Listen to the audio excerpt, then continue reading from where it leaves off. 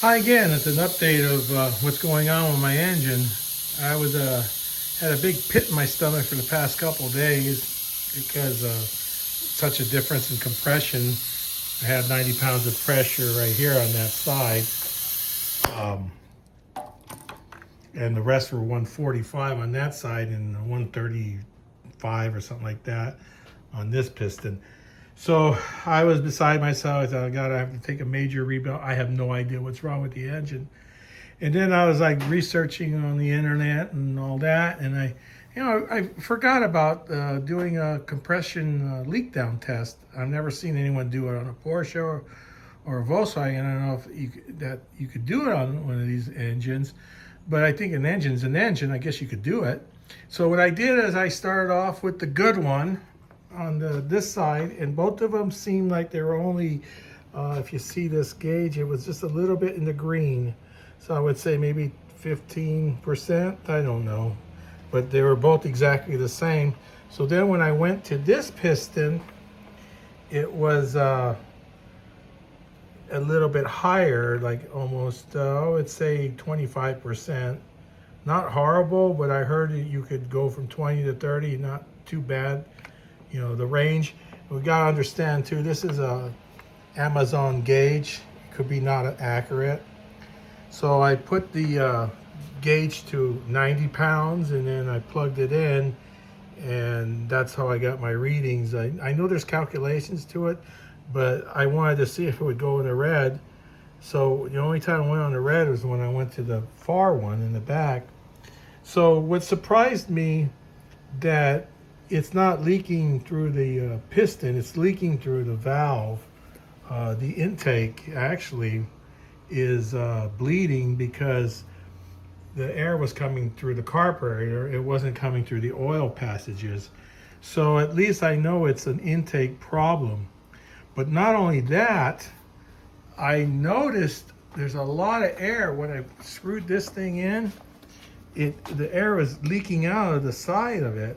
So this actual cylinder has gotten a helicoil in it because the spark plug was stripped out in it. So I did put a helicoil in it, that it had one already.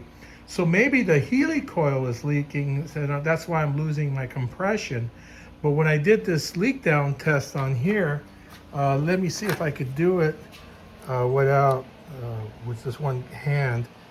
But let me try it. So I mean, the range is still kind of good, but what I noticed, it's leaking like a sieve right here around the spark plug hole. So I could see that easily losing compression. So that was a good sign for me.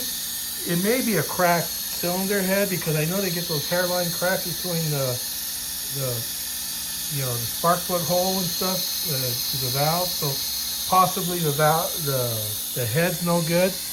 But at least instead of having to tear the pistons out and redo the pistons, it might be just something in the head.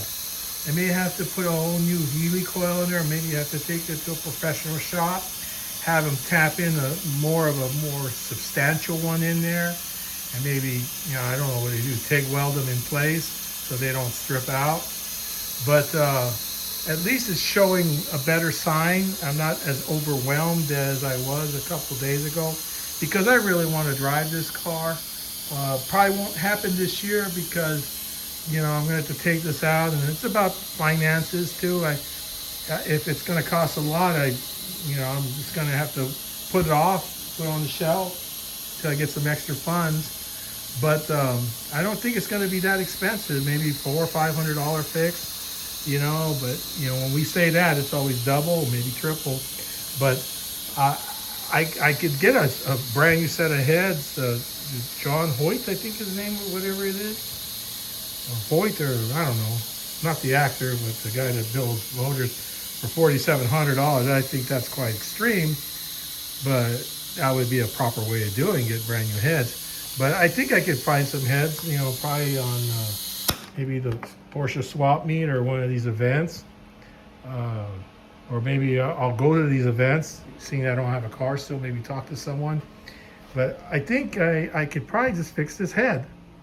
So my next video, if I do one, it will be the disassembling of this head and putting it on a bench and see what's really wrong with it. But I hope you learned something from this. And if you got anyone has any advice, shoot me out, a message, because I'm still kind of at a loss. But at least this took me to a new direction, that it made me more positive of what direction I'm going, instead of just saying, well, there's no compression, or compression's low, and I can't figure it out. But at least I figured it out. It's not the bottom end, it's the top end, which that's exciting, because it's going to be a little bit less work to tear this engine apart. So still got to take all this baloney off, but it doesn't feel so overwhelming like it did a couple days ago. So I appreciate you guys looking at this. If you got any ideas, on the what I should do, I think I'm going in the right direction. Or just put your thumbs up saying, yeah, you're doing what's right. But I appreciate you guys watching and your time, and God bless.